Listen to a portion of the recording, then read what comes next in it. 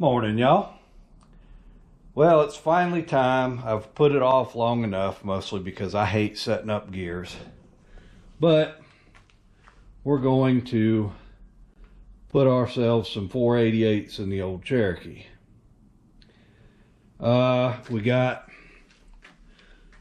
Since we're doing this, we got ourselves a Detroit locker that's going to go in there. So I've got a Powertrax locker in there already, but I wanted to upgrade it to this Detroit, so we're going to do that while we're at it.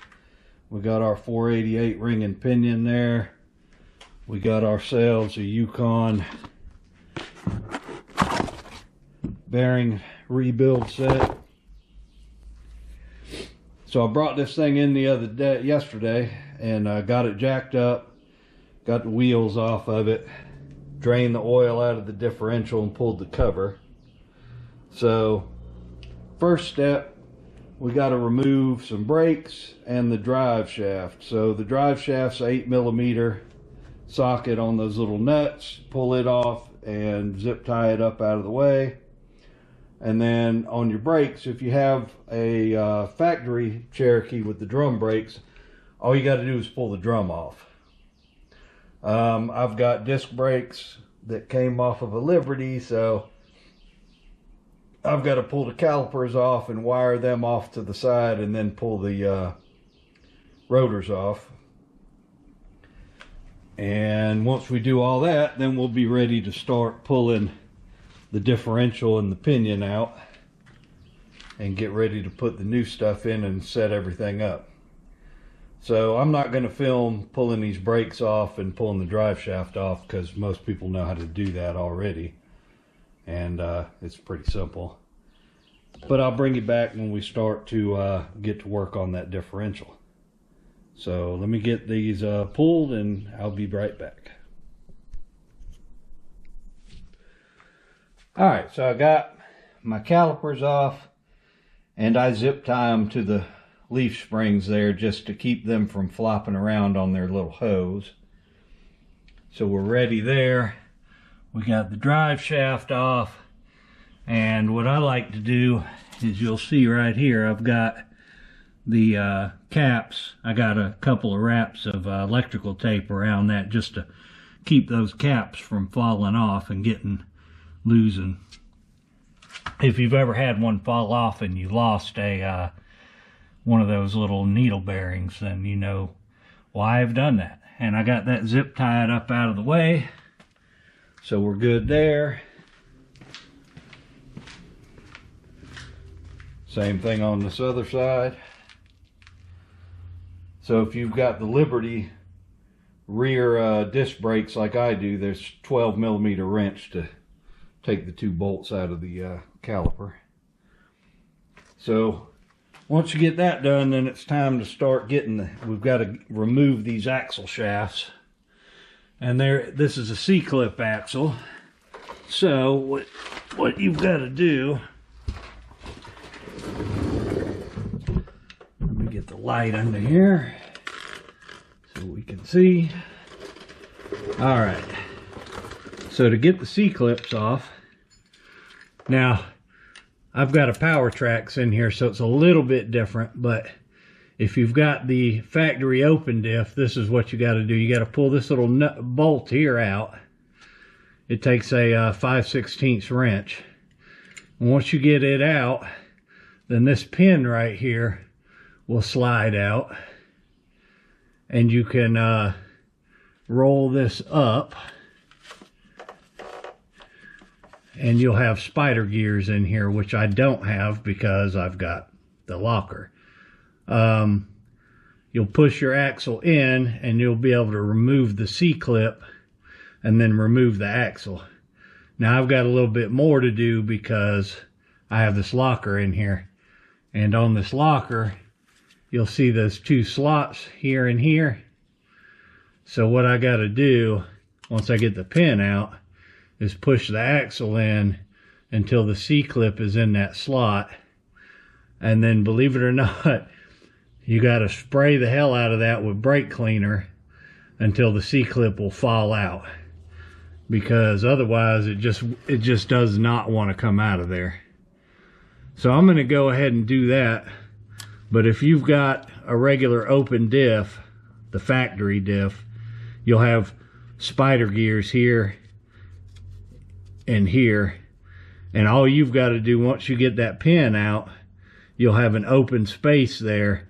You can push each axle in and remove the C-clip and then pull the axles out.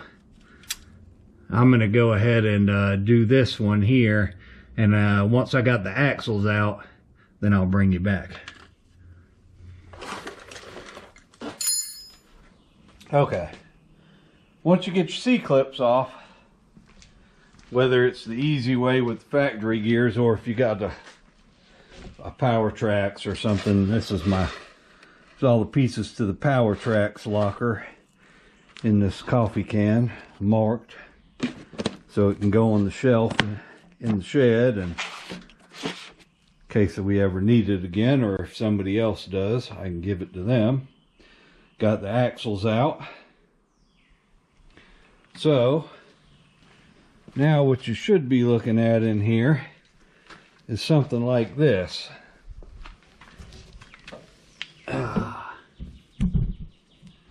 Now all my spider gears and everything are not in there because I had the locker in there, so you'll have spider gears and stuff in there. But now we are ready to pull the caps and pull that differential out of there. So I've already got the caps match marked, and you'll need a 3/4 inch socket and either an impact or a ratchet, and you also need a 10 millimeter for the 2 locking tabs. So let me grab that stuff and I'll be right back.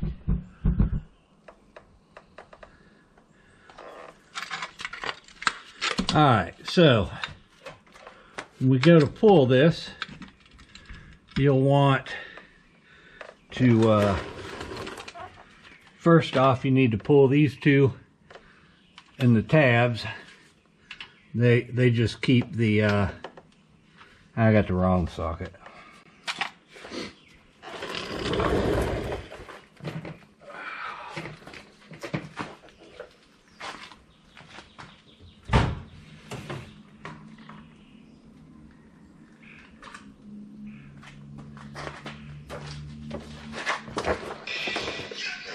Oh, for fuck's sake. Alright, so all these do is keep this tab from, these tabs keep the adjusters for the preload from turning. So we just pull those two off.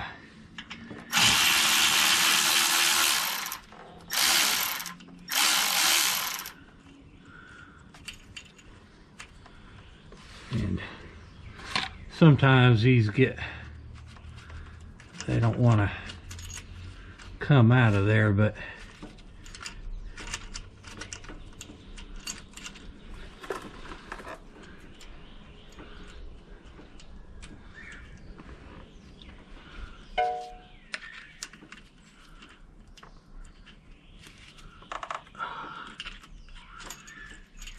we'll get it when we take the, that's what it looks like. It's just got a little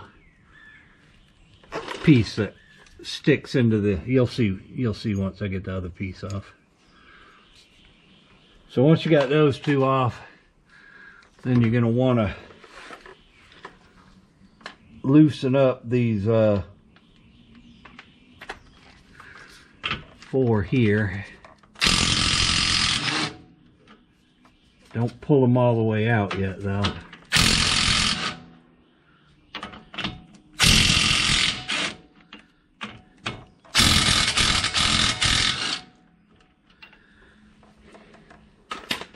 Now you got to be ready, because once you pull these out, all this stuff's going to come falling out of here. And you need to keep it separated by side. See, that came on out of there once that bolt was loose. So you want to hold this up in here and keep it from falling out. And then once you break these loose, you should be able to spin them out with your fingers. So I'll get these spun back.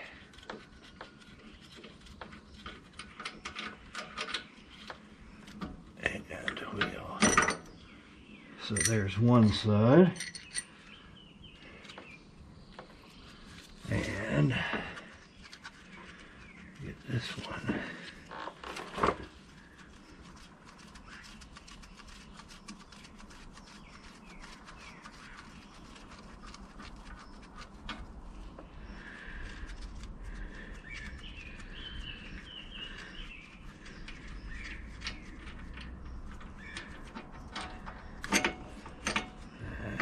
There's the other side.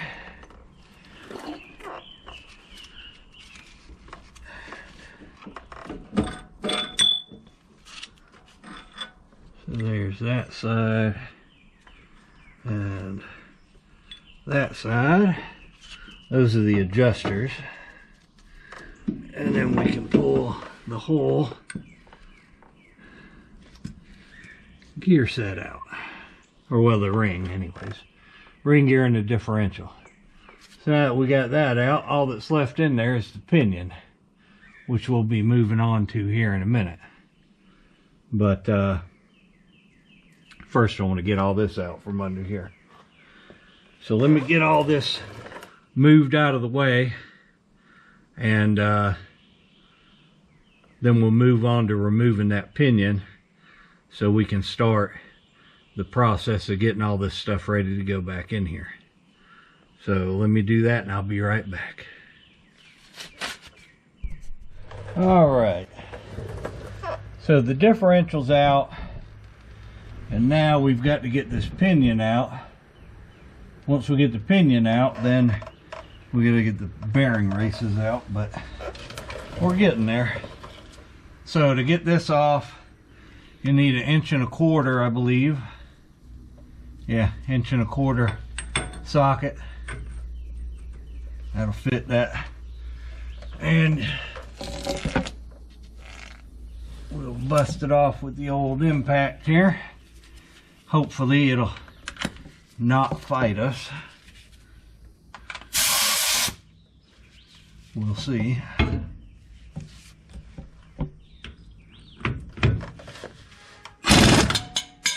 Oh, I knew that was going to happen.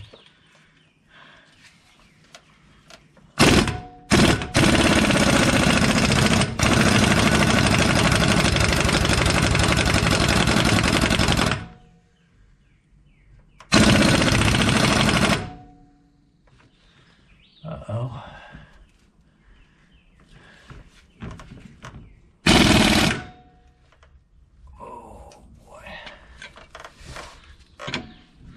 This can be a real son of a bitch to get off of here. So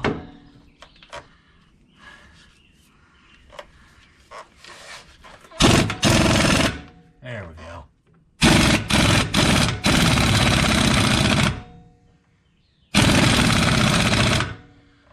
Looks like I'm gonna have to clean out the filter on the air.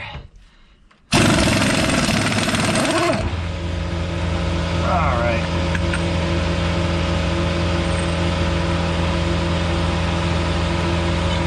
So the nut's off, and once this air compressor finishes making racket, I'll bring you back for the rest of that.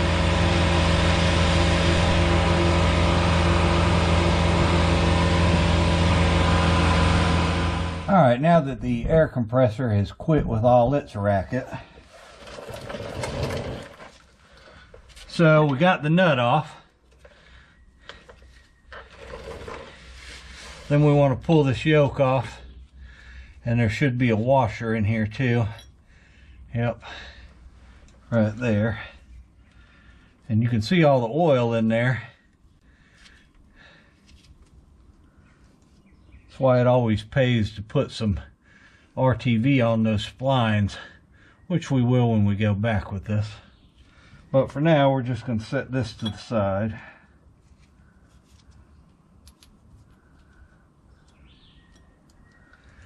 and we need to knock this out. So it is pulled in press fit through the bearings in there.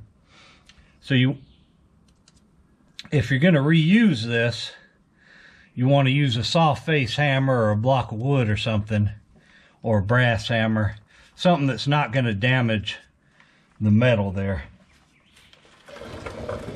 Now, I'm not going to reuse this today, but I don't know about later, so I'll go ahead and use the brass. Alright, there we go. So you see I had my hand up behind here because sometimes that thing will pop out of there and you don't want it slinging out of there and falling on the ground, especially if you might reuse it. I'm not going to be reusing it at this time, but I might in the future. So I can reach around here, grab that pinion and pull it out, set it off to the side here, and we'll look at that in a minute.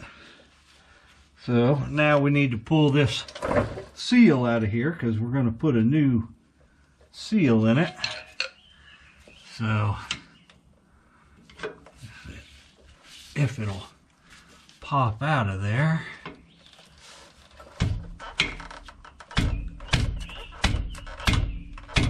I gotta get a bigger bar. All right, let me get a bigger bar, and then we'll pop that seal out of there. I'll be right back. All right, we got to pop this bearing or this seal out of here. This pinion seal. So you just get you a big bar and pop her on out of there. Because of course we're going to replace that. Once you get that out of there, then you can pull this bearing here out. We're going to be replacing that. So now all that's left in here are 2 bearing races for the 2 bearings on the pinion. And we'll have to get a big bar and knock those out. So let me get this stuff we got here out of here and get the tools for the other thing, and we'll take a look at this pinion. I'll be right back. Okay, now that we've got the pinion out, the last step to get this thing completely stripped out is to get those 2 bearing races for the pinion out. So the inside one you have to knock from here in, and then this one right here we'll have to go around to the other side and knock it out this way. And if you look up in here, you'll see, let me see if I can get the light just right and the camera. If you look right there where my punch is pointing at, there's a slot. There's one in the top and in the bottom, and those are there so that you can get your punch on the back side of that race and give it a knocking with the hammer and knock it on out of there. So you want to do a little bit on top, a little bit on the bottom, top, bottom, top, bottom, until you get it pushed out of there. So something like this right here. Let me move y'all so I can work without smacking the camera with the hammer. And slide in here.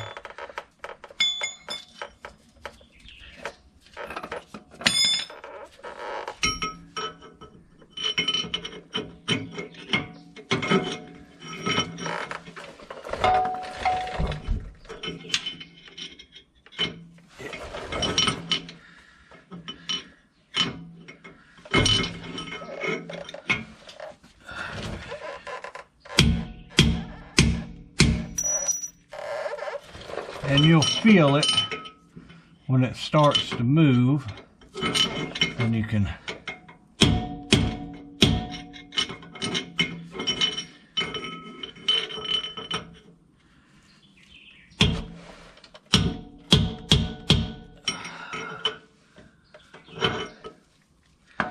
Y'all had to excuse me if my head gets in the way here. I've got to make sure I'm hitting this in the right spot here.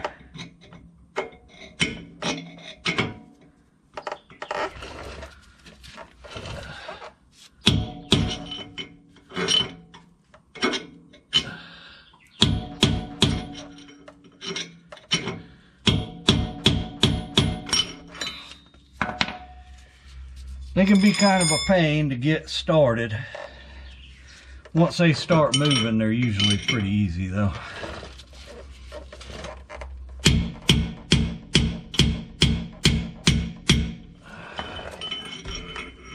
Yeah, she's moving now.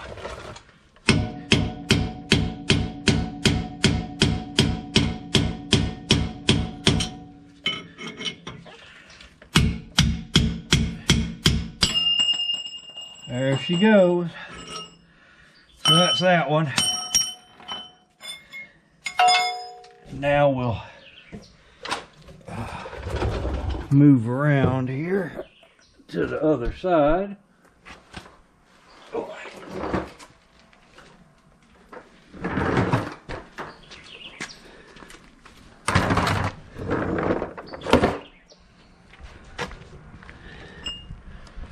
there's that.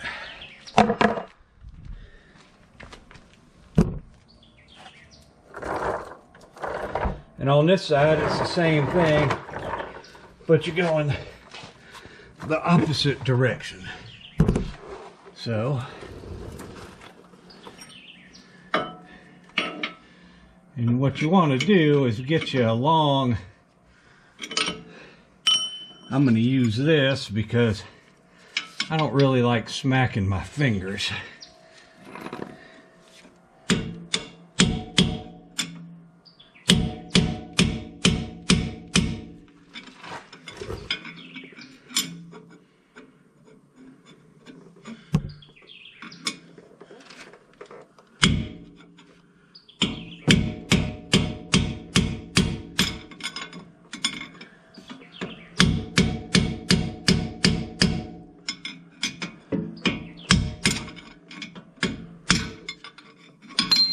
There we go. So now our differential is completely stripped down and we're ready to clean that out. So we're going to want to clean all that out with some brake cleaner, which I'm not going to film because you don't really need to see me spraying brake cleaner in there and cleaning it. Then we'll get ready to start putting our new stuff together and get ready to start the part that I don't like doing, which is setting everything up and getting a good pattern. So let me get this all cleaned up and get everything out of the way, and we'll start looking at the new stuff. Be right back. I almost forgot about you. So I got this up in the press here, and there's a lot of different ways to get this bearing off. The only reason I want to get this bearing off is because I want the shim that's behind it. So we're not reusing this pinion or the bearing, but I need the shim that's behind there, if for nothing else, to measure it.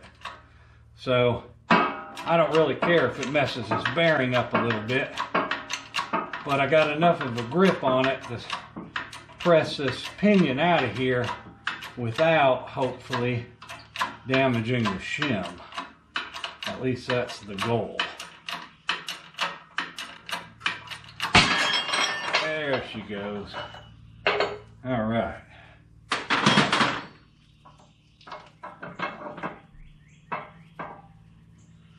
So, yep. That worked out good. So what we got a shim right here on this pinion, and we want to reuse that. So other ways to do this, if you didn't want to, if you don't have one of these, you can cut I've seen people use a Dremel to cut the cage, take all the rollers out, cut a slot in the bearing race under the cage. It'll look like that once the bearings are off of it. Then you can cut a slot in it with a Dremel tool and use a chisel to bust it, crack it, so that you can get the parts you need. But all right, now we got the parts off of there, so we can go back over here. So according to Chrysler's manual, which I got a piece of off of the internet, we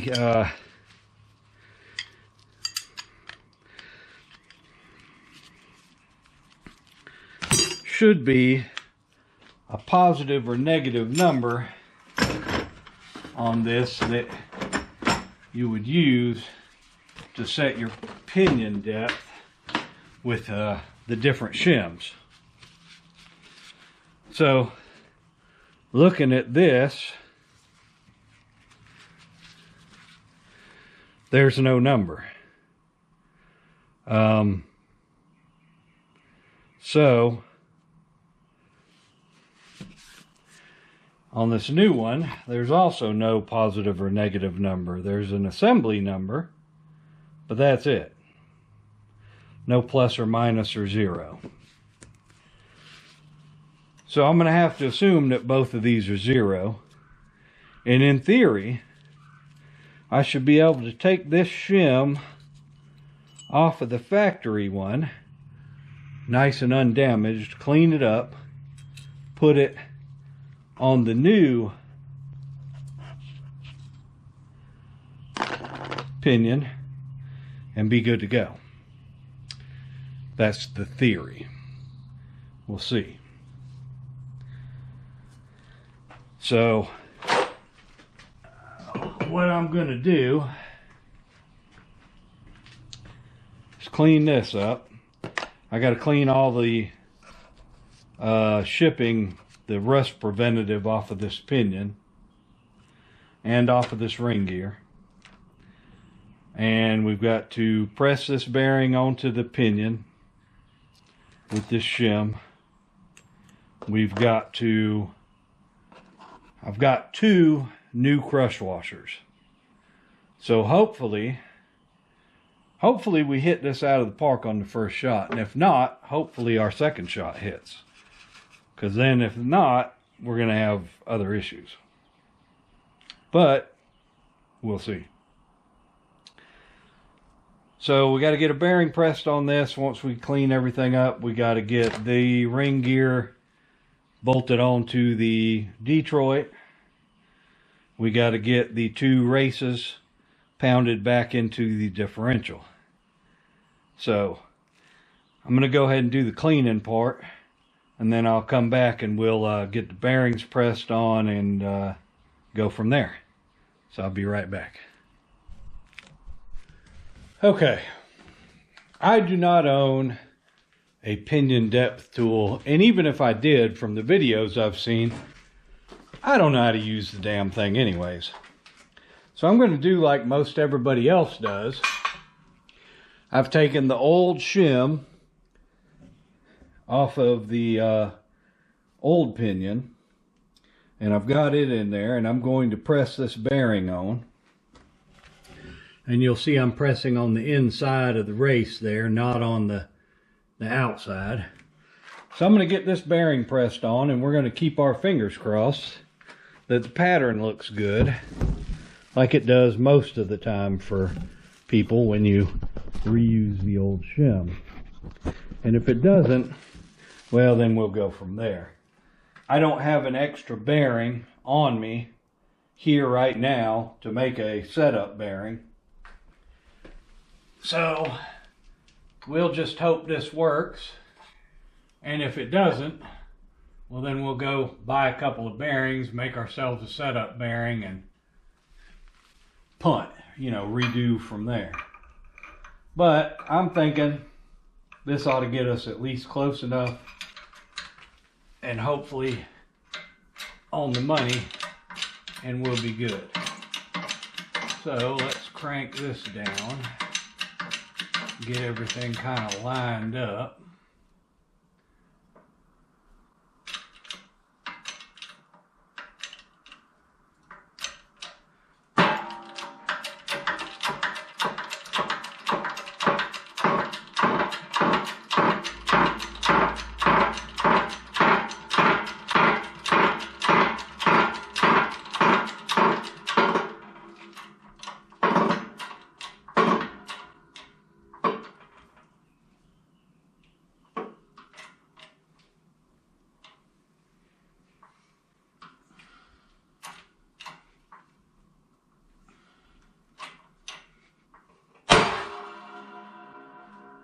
There we go.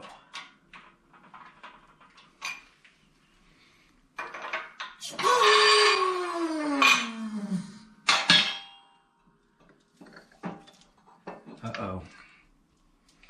Ooh, we might have screwed up.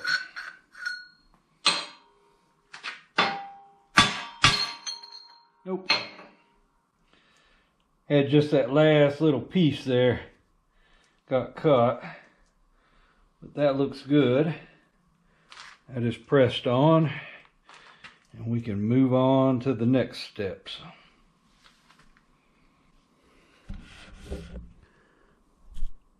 So there we go.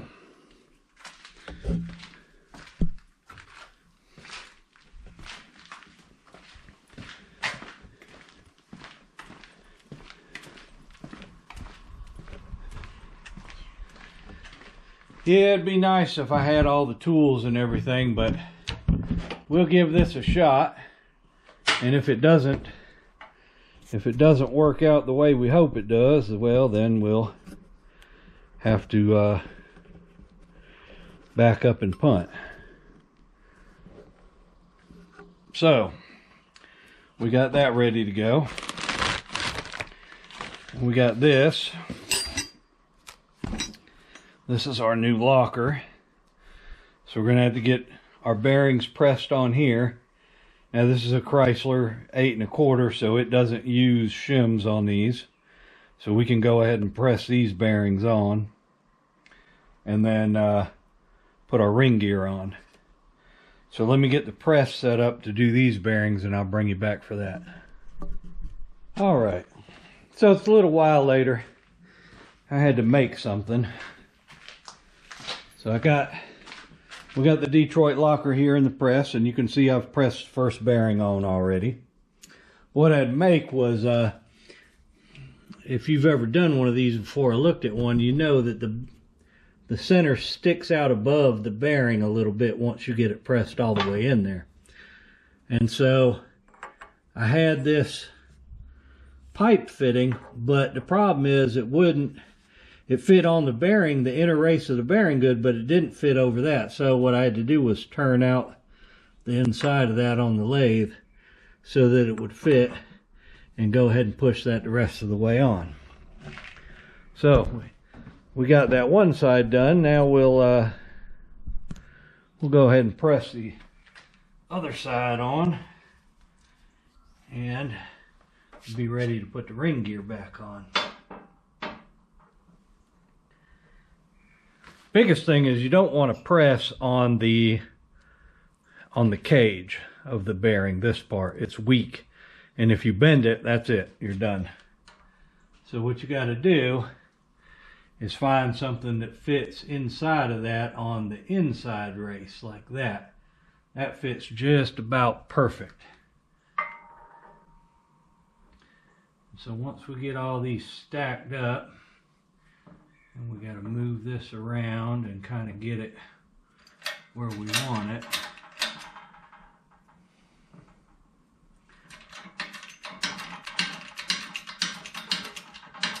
We'll get it close here. And then we usually have to scoot things around because this old cheap press has got a lot of play in it. But I can't really complain because it does work good. All right, as you can see, we can still turn that bearing, so we're pressing on the inside part of that. And we'll just bring that on down.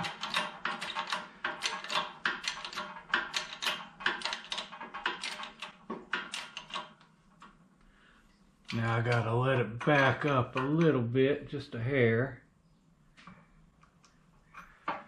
And this,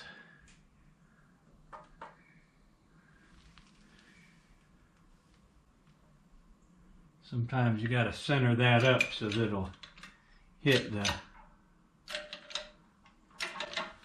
shaft just right. Shaft for lack of a better term. All right.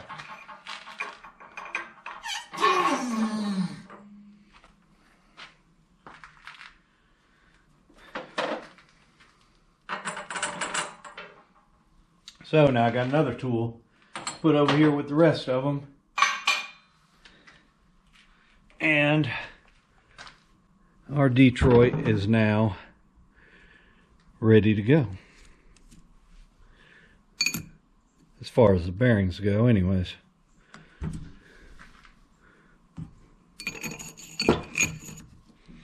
Alright, so let me get this carried back over to the other table there. And we'll see about putting the ring gear on. Alright. So we're going to get this put on our locker here. The ring gear put on. So a couple of things to note before you go trying to do this. First thing, your new ring gear is going to have two rings of bolt holes. Only one of them is going to be the size you need. Now the bolts are backwards thread, so it's not righty tighty, it's lefty tighty. So there's the correct bolt hole. You see the bolt fits in there. The one next to it, now it's the same pitch, but it's not the same size. So you see how much that moves? So what you might do is, like I've done here, I need to take this back out. If you look, I've marked 3 of these holes with a just a ring of little silver paint Sharpie marker, and that way as I'm lifting it up into here, I can look through these bolt holes here and see that silver and make sure I get lined up on the right holes. So what we'll do is lift this up and set it right there in the middle of that, and then we're going to pick the ring gear up and look, like I said, look through those holes and line up some of those silver paint and start a bolt there. And then we want to come over here and start a bolt there, over here, and start a bolt. And what we want to do is kind of make sure this thing has got a kind of a press fit onto here. See, it's not all the way down on there. So once we get those on there, what we're going to do is flip this over. So we got 4 bolts in there. That's holding our holes lined up. And we're just going to take the old soft face hammer and kind of give it a little tappy tap all the way around and get that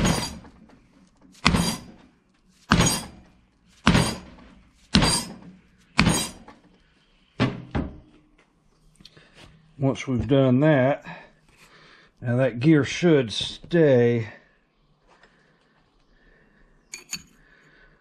should stay on there now. And we should, yep, be able to move all 4 of these bolts. And we can. Alright. So now we're going to have to move to the other table. So let me get set up over there and we will get these things torqued down and Loctited.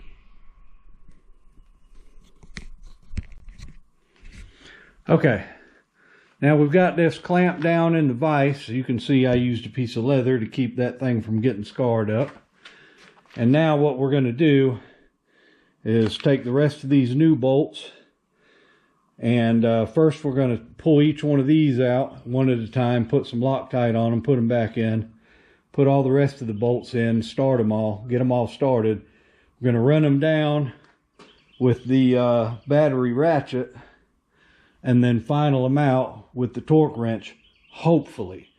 Because these are backwards threaded, I'm not entirely certain that my torque wrench is going to click.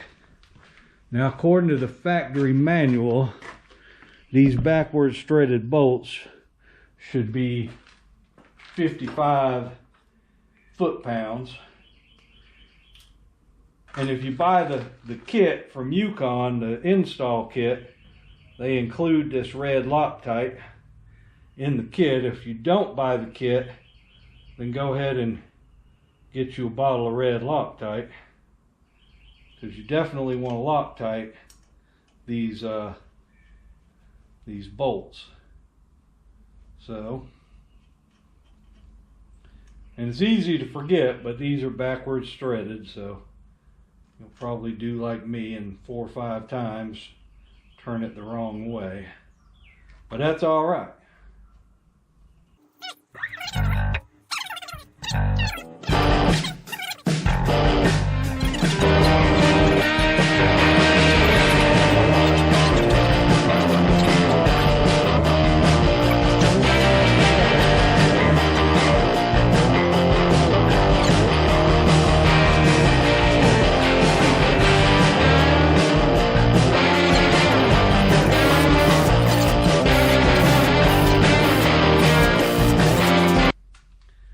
Now we're going to find out if this torque wrench will click backwards. So I'm going to set it for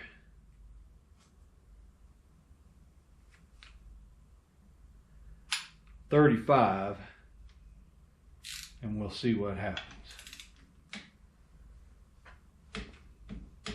Okay, it does work backwards.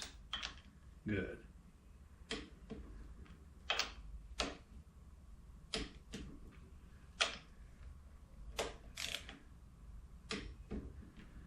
All right, we'll go ahead and do all these to 35.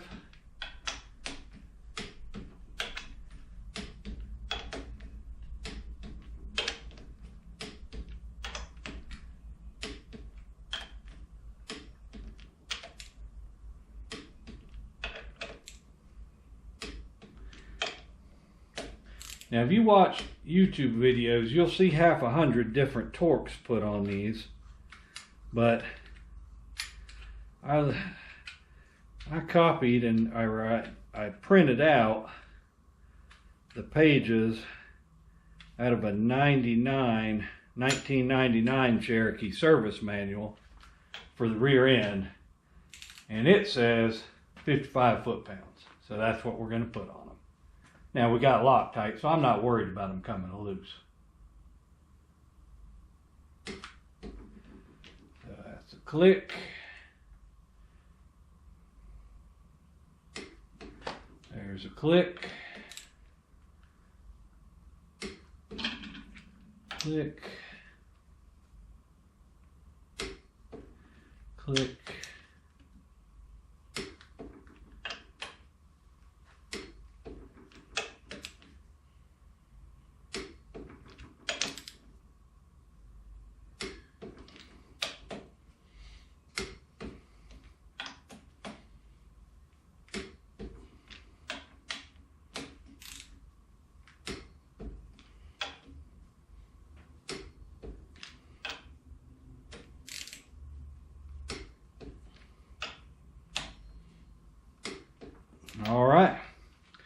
that's that. So our ring gear is now torqued.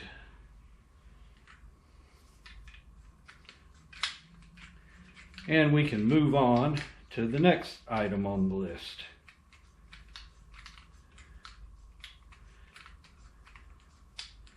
Which is going to be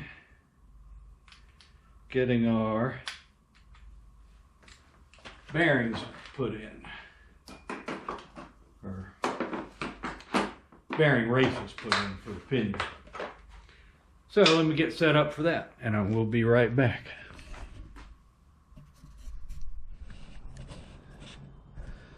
So I figured I'd show y'all this real quick because it's really cool.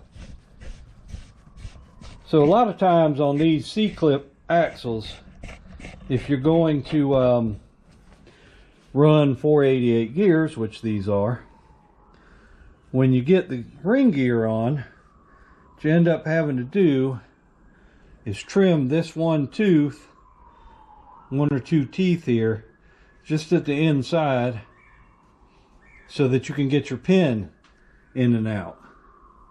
The pin is what holds your C-clips. You hold your axles in place against the C-clips. Well, Detroit Locker was smart.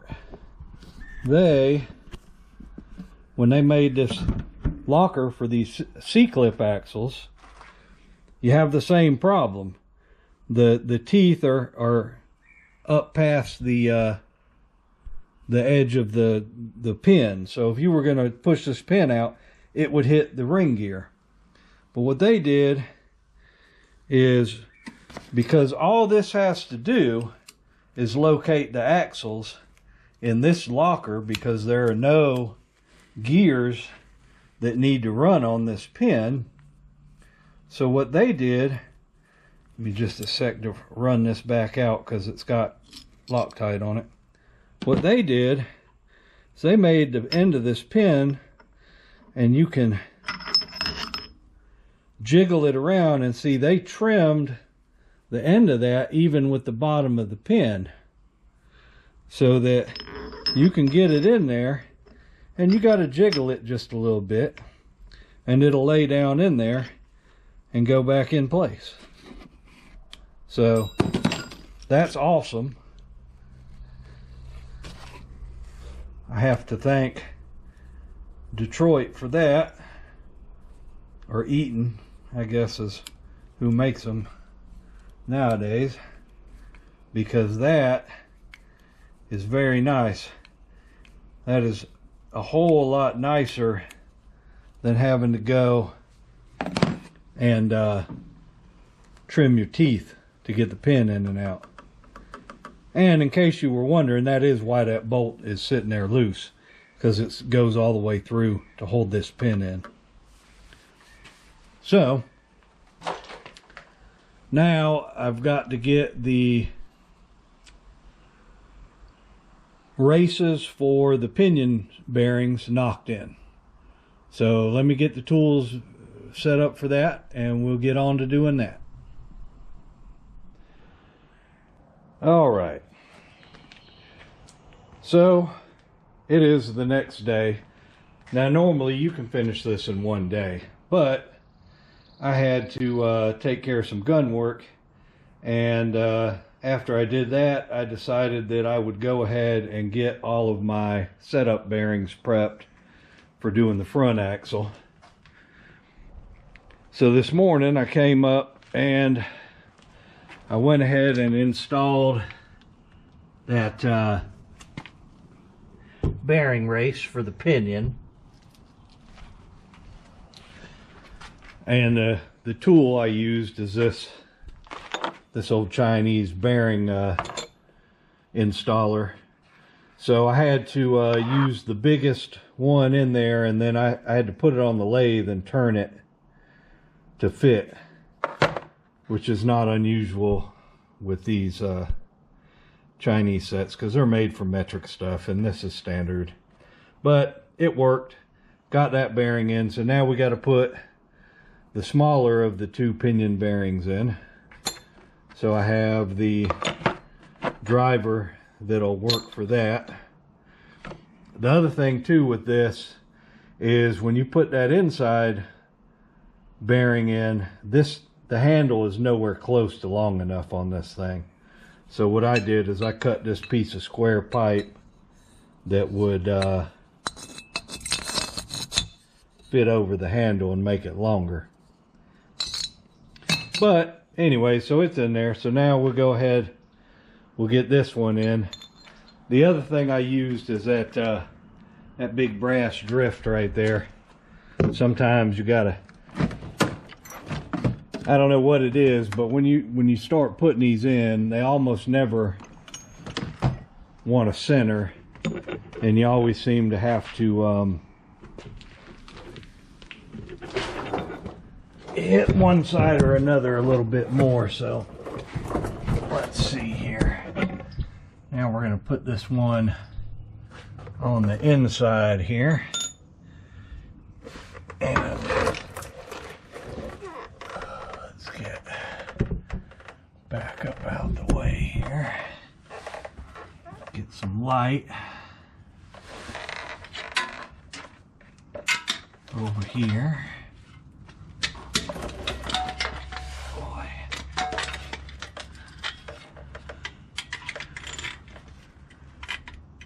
So what I want to do is wipe that out in there a little bit. Just make sure it's nice and clean.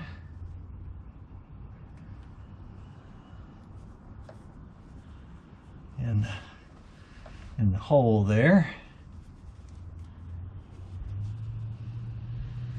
Alright. Stick that in there in the direction it's supposed to go.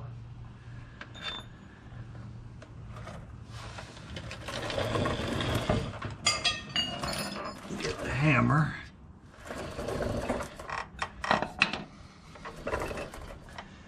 And of course, this is not going to start right. I just know it, but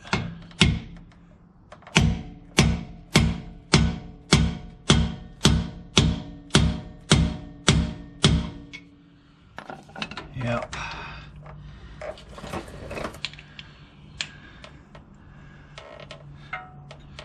So when you start it in there, if you get where it's going more in one side, then you can take your brass drift and do some pinpoint on the part that's not going in even.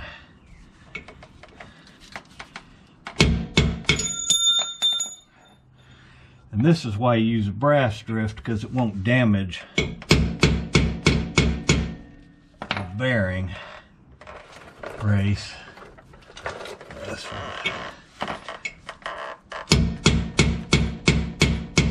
Now what I should have done was freeze these things last night, but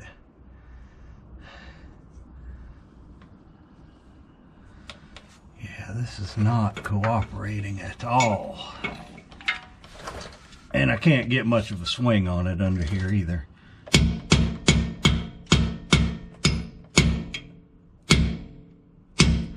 There we go. Now she's going.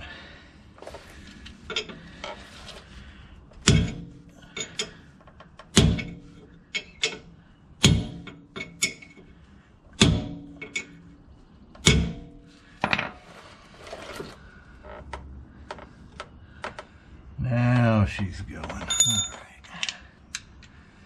We can put this back in there.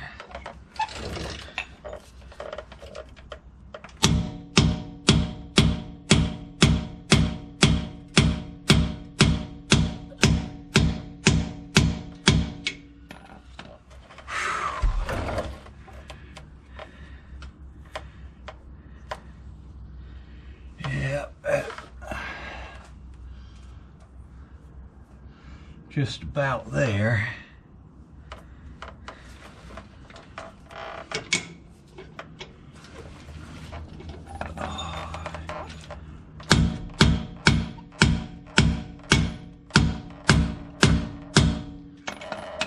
think we're there.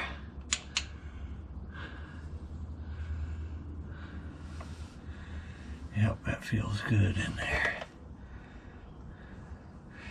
Another thing you can do is take a look at it from the other side, and you'll be able to see where the little cutouts are if that bearing's all the way against there.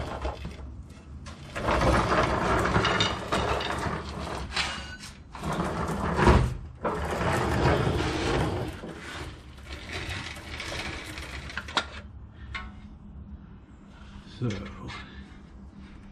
yeah, that looks pretty good there. All right.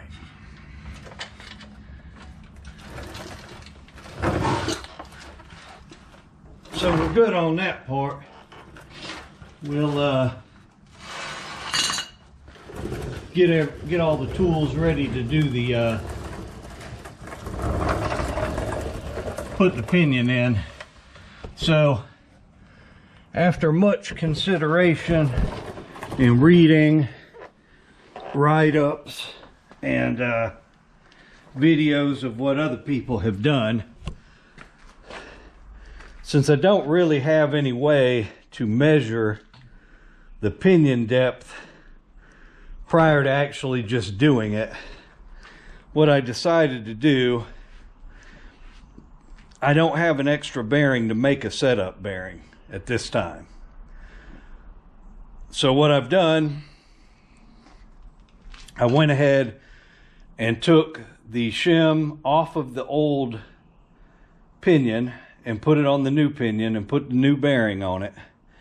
And I'm going to go ahead and install the pinion and roll the dice and hope that my pinion depth is good.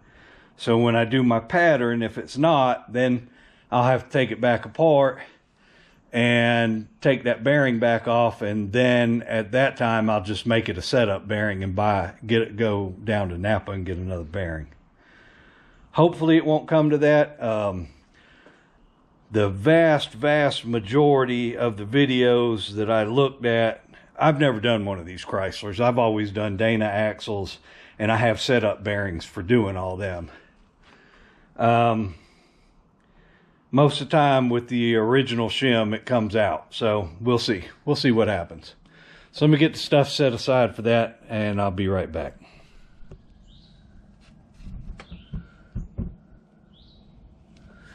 All right. So next step, we got to install the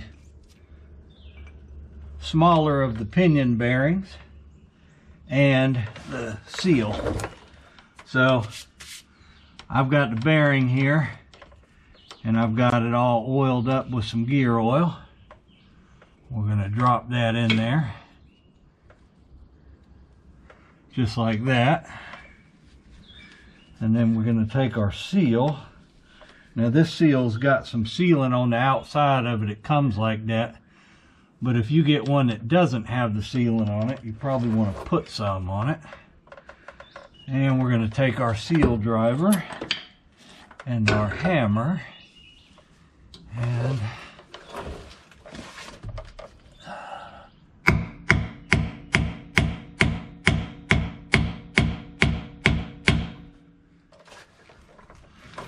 just want to pound that baby in there.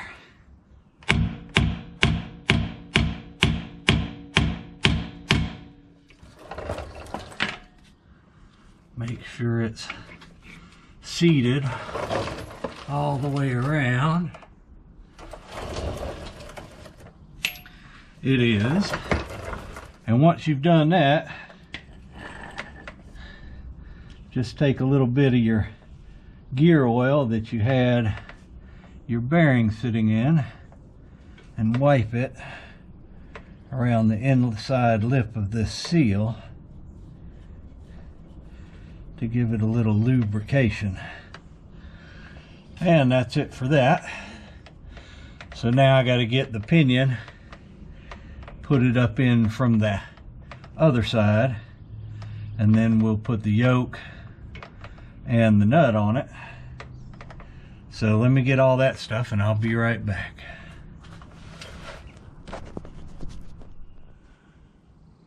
All right, y'all.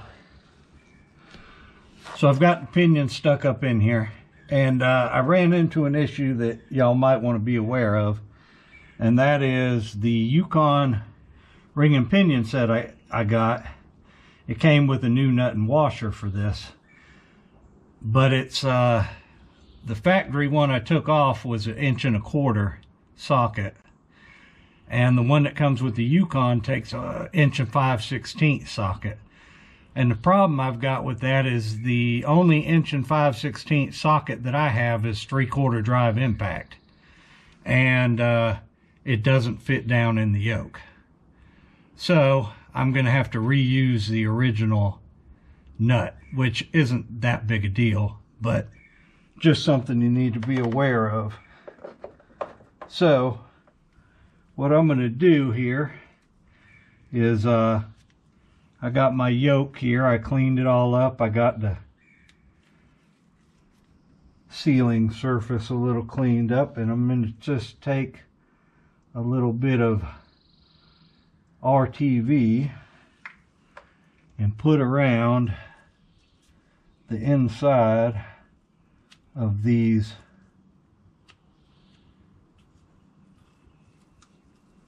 splines. And that's because oil can sometimes like to run up the inside of that thing, and you'll think you got a pinion seal leak, and it's actually leaking out of those splines. So if you put a little RTV in there, and then when you slide it on, it'll push the excess up out instead of inside the... If you put it on the splines on there, it'll push it inside the diff, which we don't want. So we'll just put it on the splines here, and then as you push it on, it will push the excess out the front. And then get that started on there and in the seal, like so.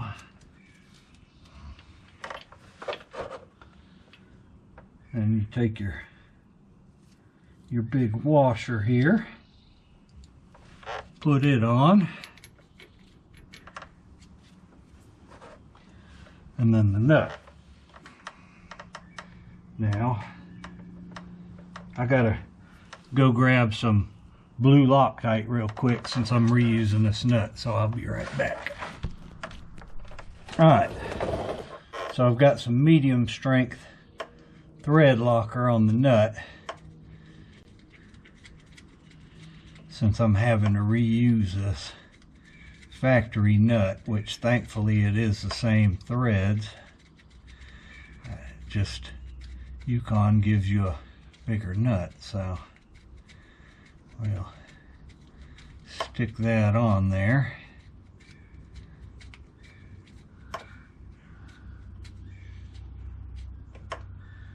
All right, so see, we've got some play, so we're not up to the crush sleeve. I put a new crush sleeve on here, and so what I'm going to do is use the impact to just run it up until we get most of that out of there, and then we'll go to hand tightening.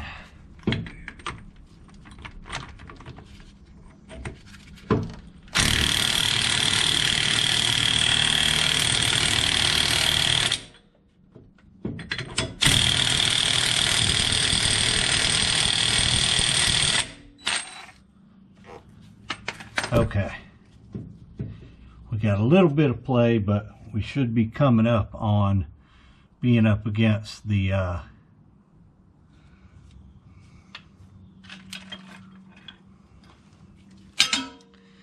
so they make a fancy tool to go on your yoke and hold it when you tighten this, but I don't have one. So we're going to do it the old-fashioned way, which is using the pipe wrench. And basically what we've got to do now is torque this nut to 210 foot-pounds. And at that point, then we can get our inch drive torque bar torque wrench and begin to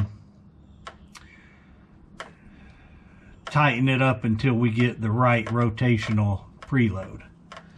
So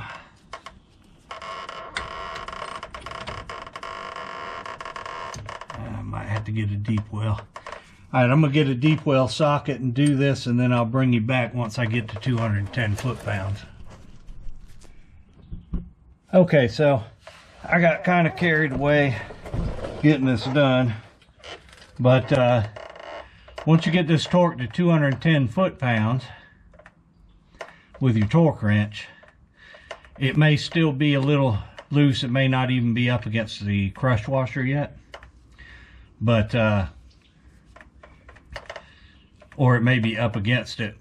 Either way, once you get 210, then you start tightening it at increments, about 5 foot-pound increments, until you use this little inch drive gear or a bar torque wrench to check rotational.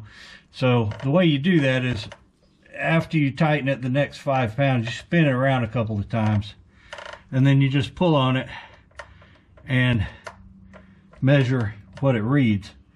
Now I got this just a tad tighter. It's supposed to be 15 inch-pounds, and I've got about 18, but I'm gonna live with that because it'll work. It's good enough. So once you get that done, we are good to go with the pinion. So let me get everything out from under here, and we'll start working on getting the carrier in and try to get a pattern, and fingers crossed everything will be good. All right, so I've got these adjusters stuck in the hole there in their threads. I use some assembly glue to hopefully hold them in place while we do this other part. So according to every video I've seen, you need like 6 hands, and you get this up in here without disturbing the adjusters, and then you got to hold this up in there with one hand and get one of your bearing caps started and run up by hand with the other. So we'll see how that goes.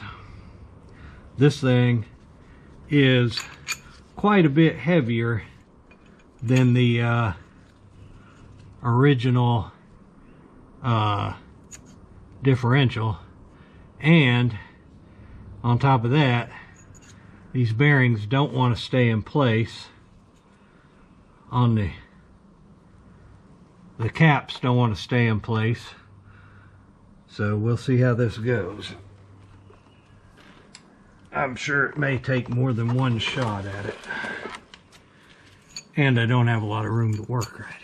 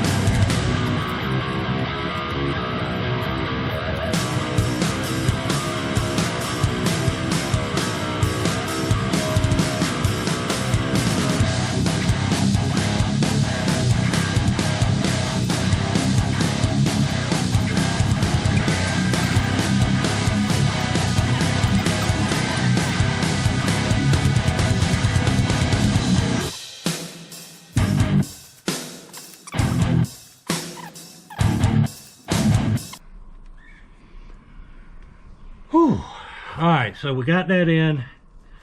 Top two 10 foot-pounds, bottom two finger tight.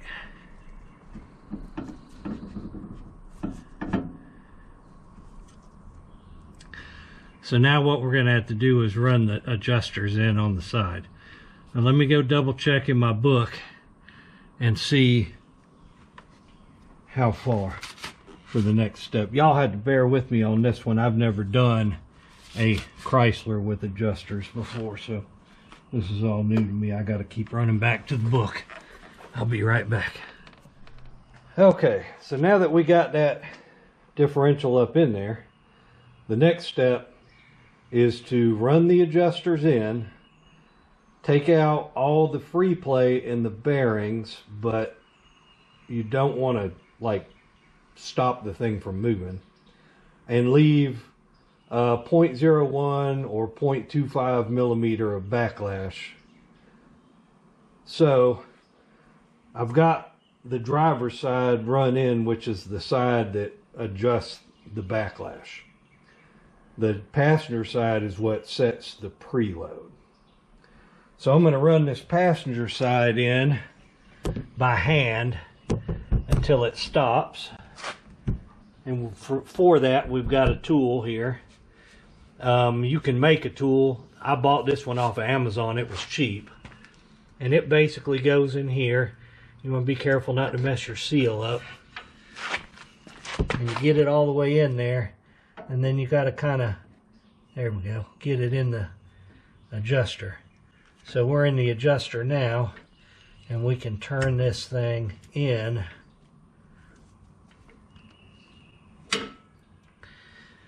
And then, so it's stopped.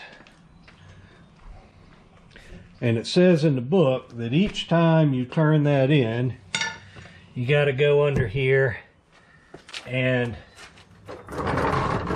move the pinion back and forth a half a turn 5 to 10 times.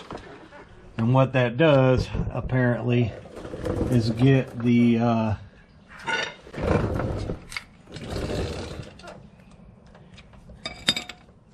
make sure that the bearings have moved in and that they're not copped or whatnot. So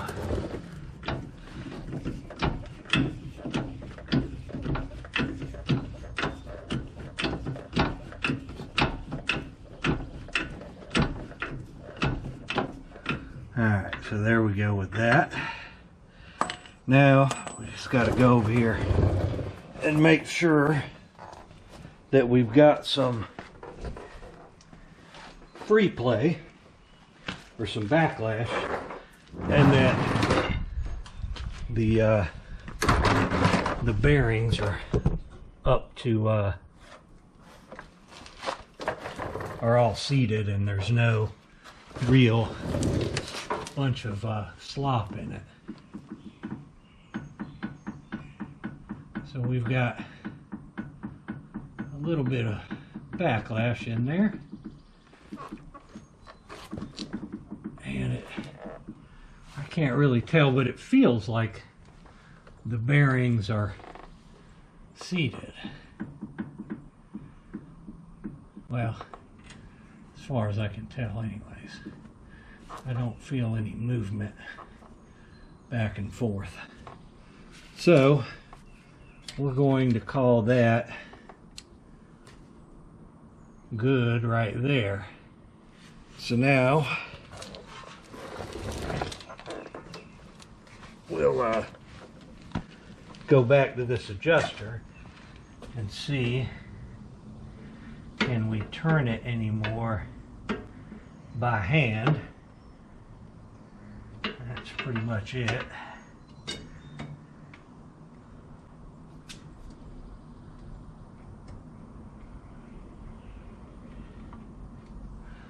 Run around here to the passenger side and do the same thing. Just make sure there's no that the adjuster is in at least hand tight.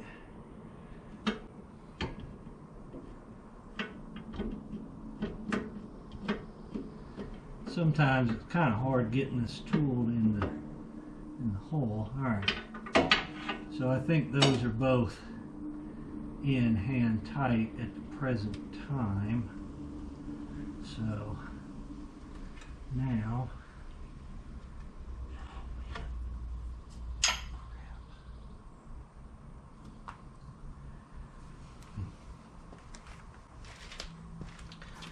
now let me go check the book and see what the next step is.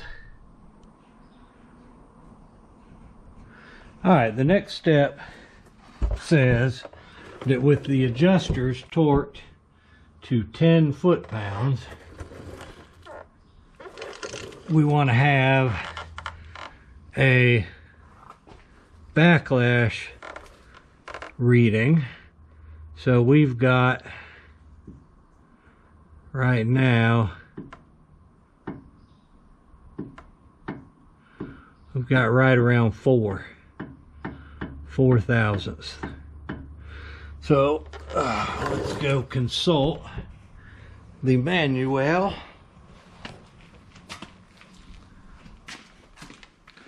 Can't remember what it said.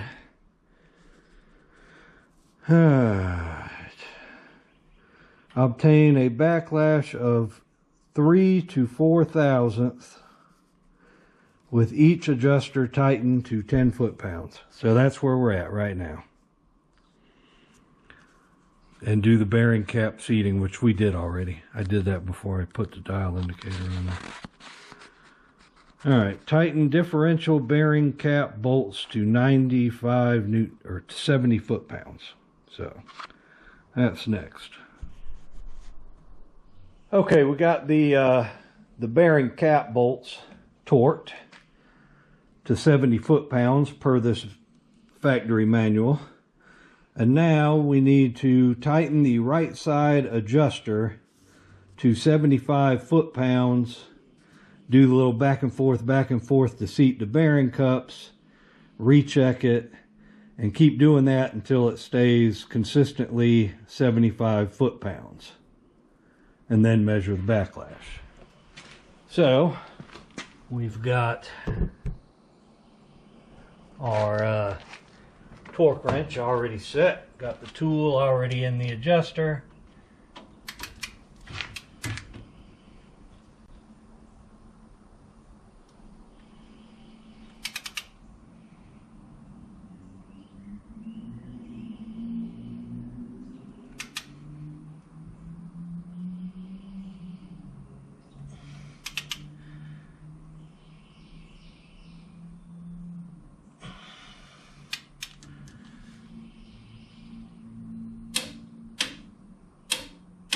Alright, so that is 75 foot-pounds. And you may notice that my axle seals are no longer in. That's because I pulled the spring off the back of one of them with that tool, but that's okay. I'll run to the auto parts store here in a bit and get a couple more. So now we got to go back and forth on the ring gear again, or on the pinion.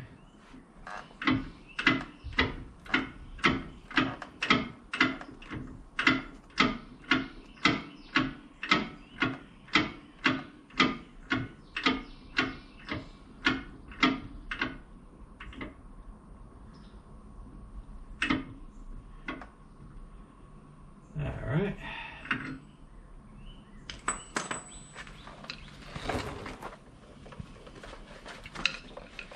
And then check our torque again.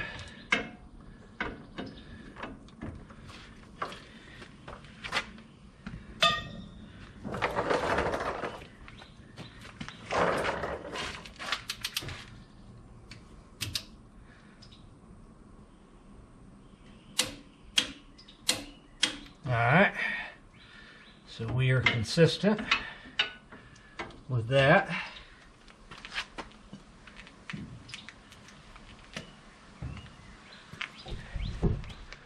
And I believe Now we're going to measure the backlash again.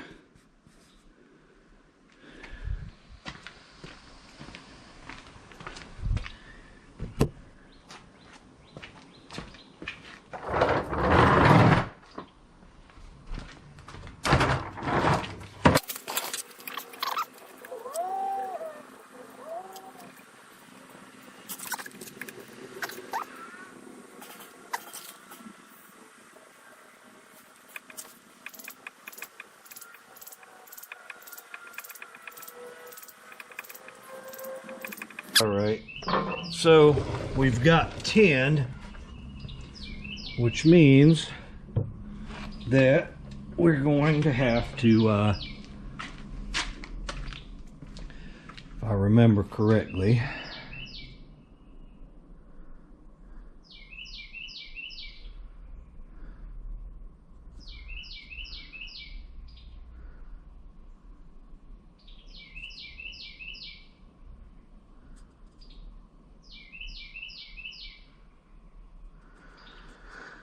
so let's torque the left side to 75 foot-pounds, and we'll recheck it. And if it's still at 10, then we're going to have to back off on the right and turn the left in a little bit. And most of the time that I've seen on videos, people have to do this a couple of times because the bearings will move around and settle into their place. So let me get this thing. Come on, get in your hole.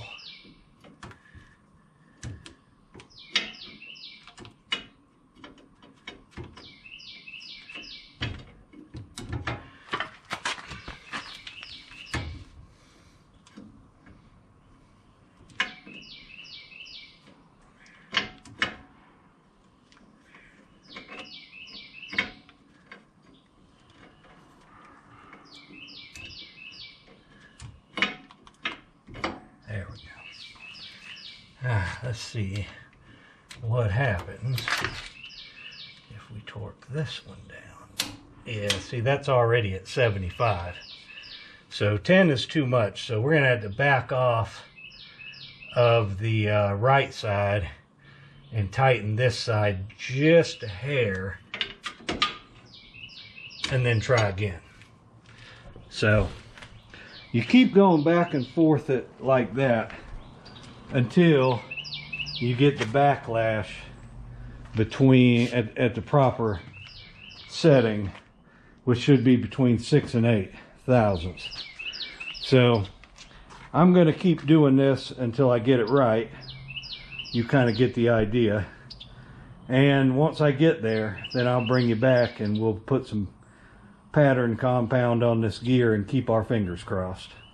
So I'll be back with that probably after lunch.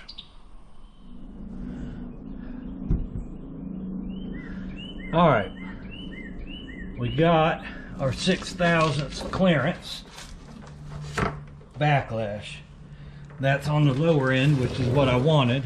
It's supposed to be 6 to 8, and I'm quite happy with 6.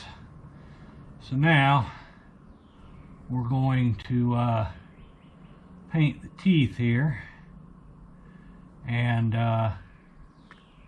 see about getting a gear pattern, and we're going to keep our fingers crossed. So, all right, I got to open that more. Can't get it out. Ow.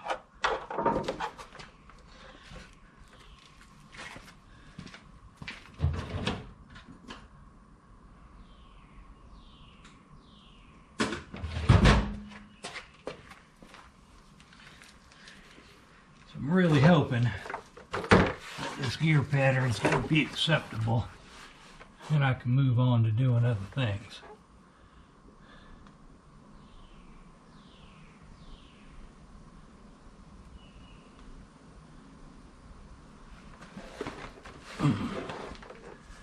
So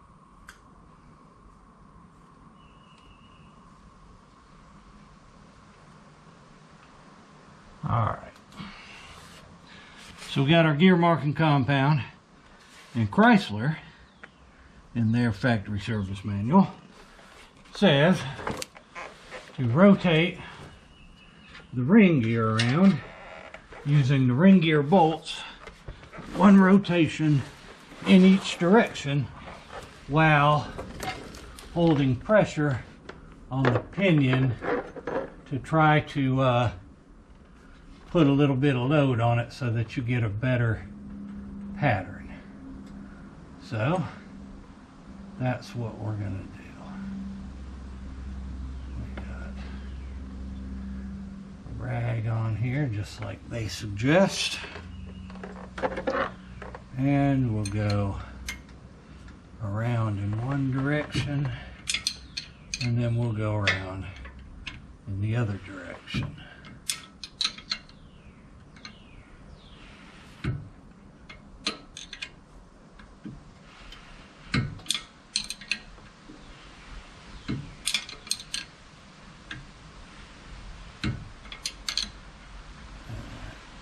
We'll do 2 rotations.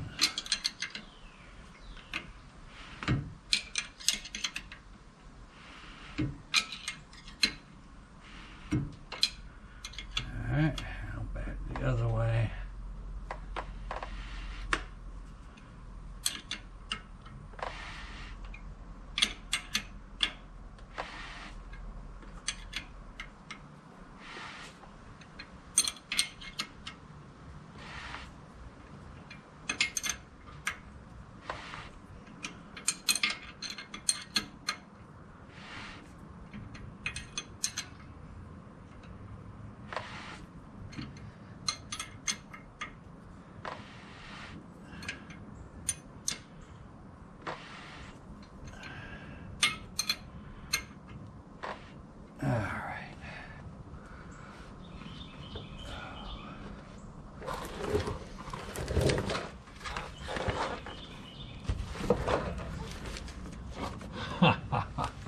Yeah. Ladies and gentlemen, I do believe we have a winner. Yes. Oh.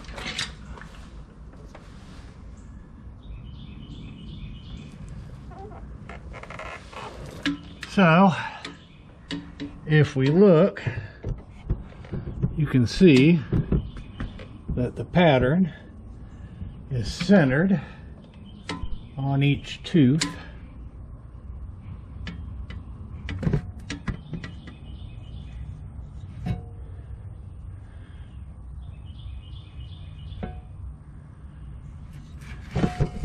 And also,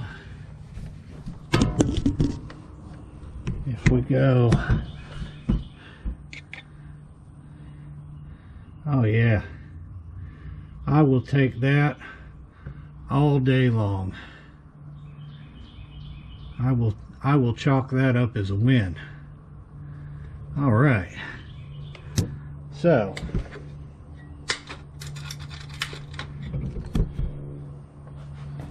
yeah. Yes, indeed. Now we can.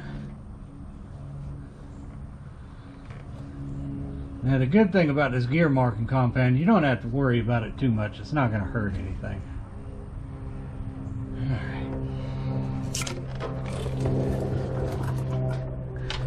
Alright, so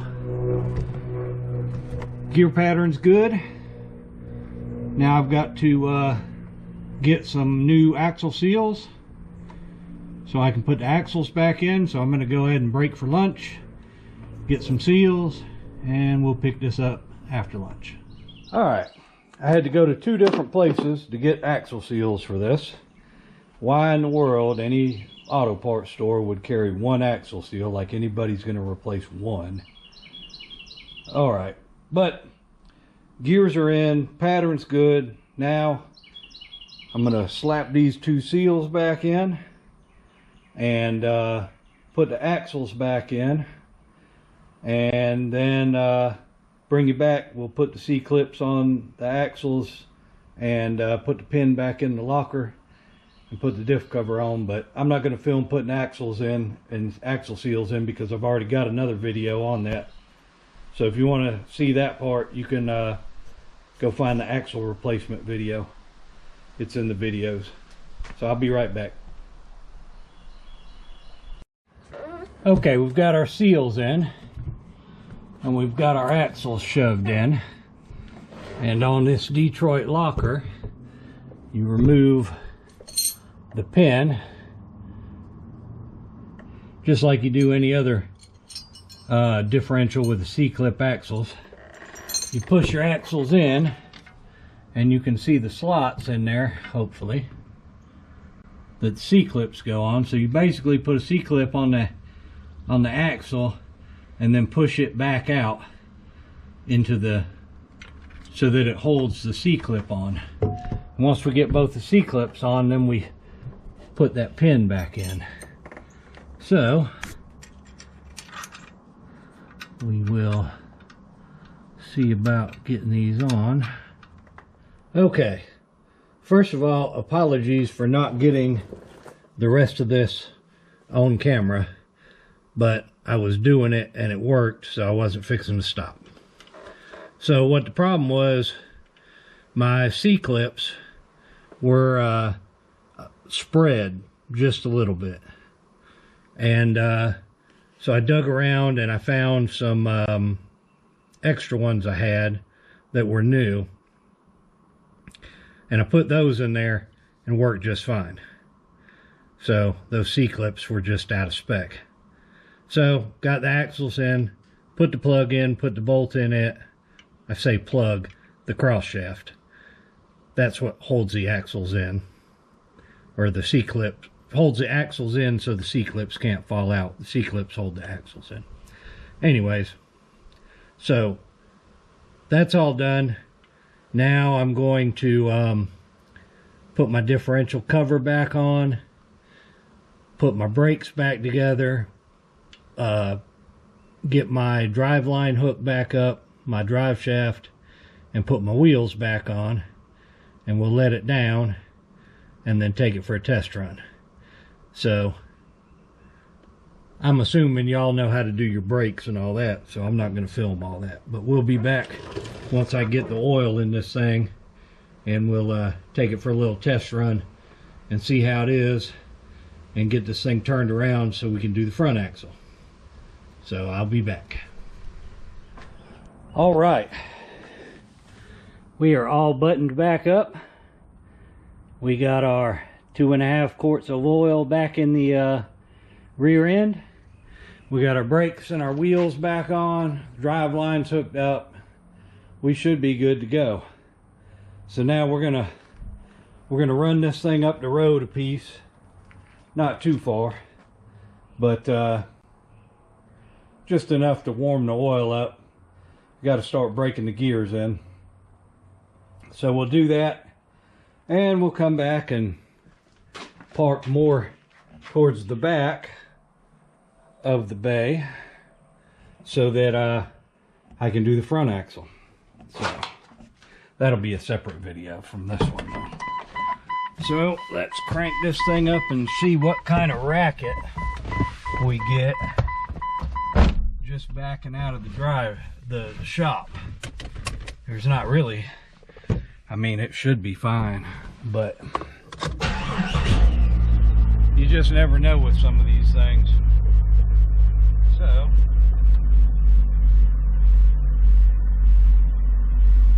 it's moving, and I don't hear anything bad yet.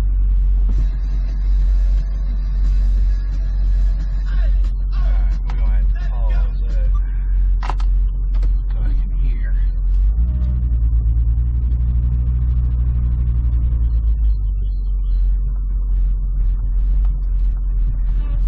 Well, the good news is we're moving. Hey, Miss Elsie. Miss Betty. There's two other ones in there somewhere. Alright. So far so good. There's no no terrible racket coming from it. But this is the part I'm really going to be interested in, is this taking off. Because I've gone from 355s to 488s. Oh wow. Yeah, that's a big difference. That's a real big difference.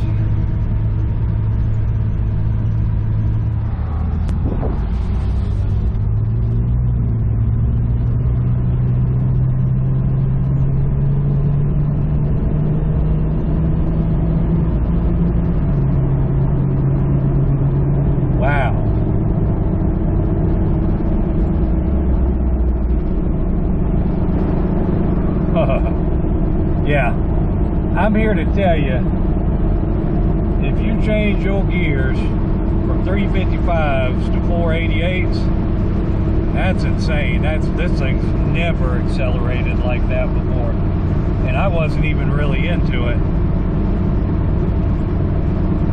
And we got no roaring, so that's good.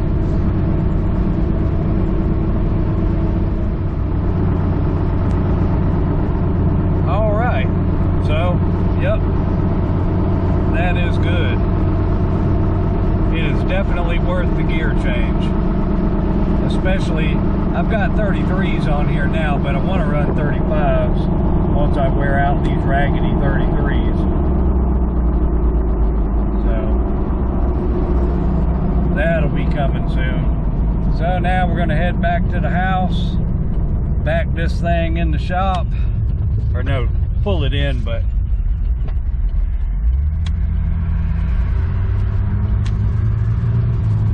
pull it in and get ready to put some 488 gears in the front axle. So hopefully this might have helped somebody out, and hopefully you can hear me over the wind. And we appreciate y'all watching, and we'll see you in the next video. Y'all have a good one.